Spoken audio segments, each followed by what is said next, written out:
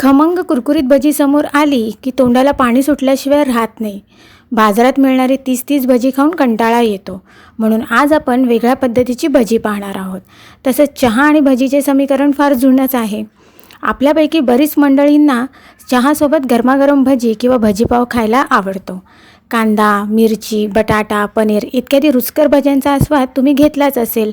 पण कधी कोबीच्या भजीची चव चाखली आहे का? तर आज आपण कोबीच्या भजीची रेसिपी पाहणार आहोत. संध्याकाळच्या चहासोबत आपण या खमंग भजीचा आस्वाद घेऊ शकता. नमस्कार, मी शुभा तुमचे आजच्या रेसिपीमध्ये खूप खूप आणि मनापासून स्वागत करते. आणि तुम्ही पाहत आहात कोकणी फ्लेवर.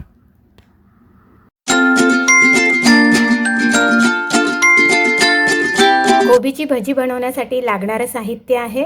हा मी इथे बारीक असा पीस करून घेतलेला कोबी आहे. बघा, अशा पद्धतीने तो मी कापला आहे. उभा उभा कापायचा आहे, पतला असा कापून घ्यायचा आहे. त्यानंतर कांद्याची भजीसाठी जसं आपण कांदा कापतो ना स्लाईसचा, तसाच कांदा कापून घेतला आहे. कोथिंबीर घेतली आहे बारीक चिरलेली. इथे घेतलं आहे मी तांदळाचं पीठ. हा ओवा घेतला आहे. मीठ घेतलं आहे. हा मी गरम मसाला घेतला आहे. हळद, लाल मिरची पावडर, आलं लसूणची पेस्ट आणि चण्याचं पीठ आणि पाणी. आता आपण बघूया कोबीची भजी कशी तयार करायची. सगळ्यात पहिलं तर मी एक भांडं घेतलं आहे. ह्या भांड्यामध्ये हा जो मी चिरलेला कोबी आहे तो घेणार आहे.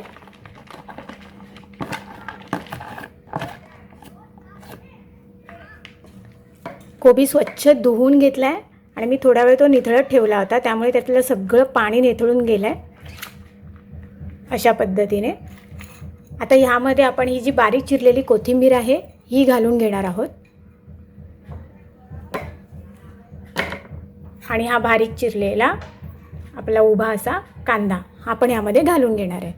आणि जशी आपण कांदा जसा भजी बनवताना आपण पहिल्यांदा असा मुरडून घेतो ना, अशा पद्धतीने हा आपण सगळं मुरडून घ्यायचा आहे. त्यामध्ये त्याचं जे पाणी जे असतं ते सुटलं पाहिजे. अशा पद्धतीने तो व्यवस्थित आपण पहिला सगळा मिक्स करून घ्यायचा आहे. अशा पद्धतीने. आणि हे चमच्याने वगैरे काय होणार नाही आहे, हे हाताच्या साह्यानेच केलं पाहिजे, तरच त्यातलं पाणी सगळं बाहेर निघून जाईल. मी अशा पद्धतीने सगळं मिक्स करून घेते. यामध्ये तुम्हाला पाहिजे तर तुम्ही हिरवी मिरची पण घालू शकता, पण मी नाही घातली. तुम्ही घालू शकता तुम्हाला घालायची असेल तर. बारीक चिरून आल्याचे पीस पण तुम्ही घालू शकता, ते पण छान लागतात. आल्याचे तुकडे चिरून नाही घातले आणि किसून घातलात तरीही चालेल. सगळं आपण याच्यामध्ये मिक्स झालं व्यवस्थित. आता आपण ह्यामध्ये काय घालणार आहोत, मसाले.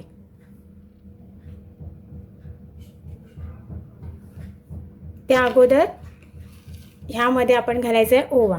ओवा आपण हा असा हातावरती घ्यायचा, तो थोडासा असा हातावरती असा प्रेस घासून घ्यायचा आणि मग यामध्ये घालायचा. असाच जर घातलात ना तर तो व्यवस्थित त्याचा फ्लेवर मिक्स नाही होत त्यामध्ये. आता घालून घेऊया हे जे आपण मसाले घेतलेत आणि आलं लसूणची पेस्ट वगैरे घेतली, हे पण यामध्ये सगळं घालून घेणार.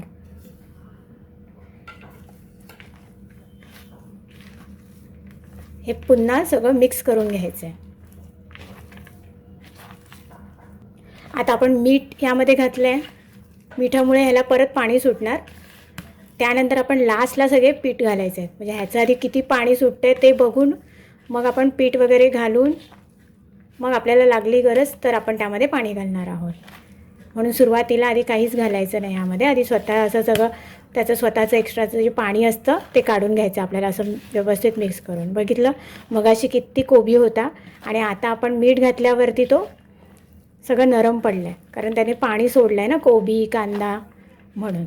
अशा पद्धतीने जर आपण मिक्स करून घेतलं आहे. आता आपण यामध्ये घालूया चण्याचं पीठ. हे मी सगळं वापरते. 1 वाटी घेतलं आहे.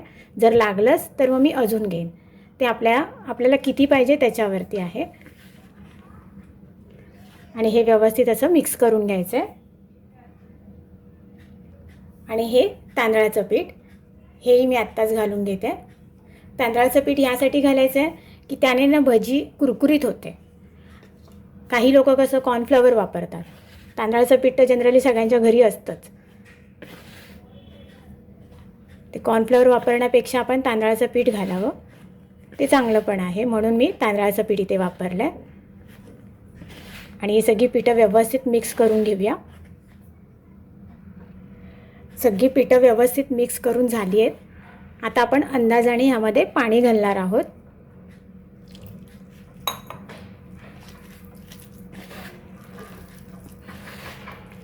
पाणी घालून व्यवस्थित ते आपण मिक्स करून घ्यायचं आहे.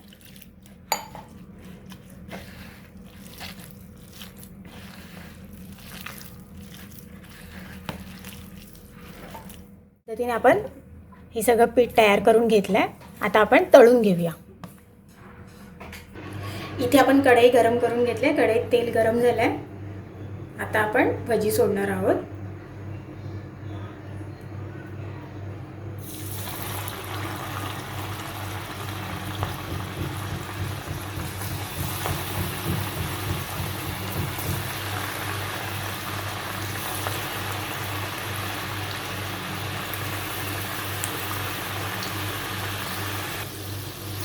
अशा पद्धतीने सगळं आपण फ्राय करून घेऊया.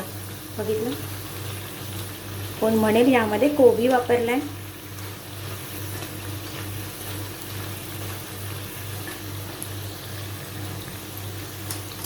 चांगला गोल्डन ब्राऊन कलर आलेला आहे. आता आपण ही काढून घेऊया आणि अशाच पद्धतीने बाकीच्या पण भजी तयार करून घेऊया.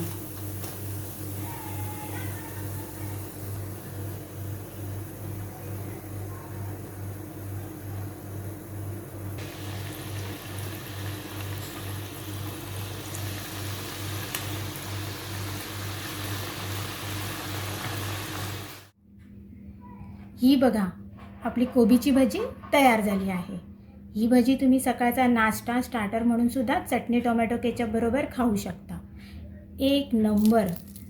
बघितलं, त्याचा आवाज पण कसा एकदम क्रिस्पी कुरकुरीत असा येतो आहे.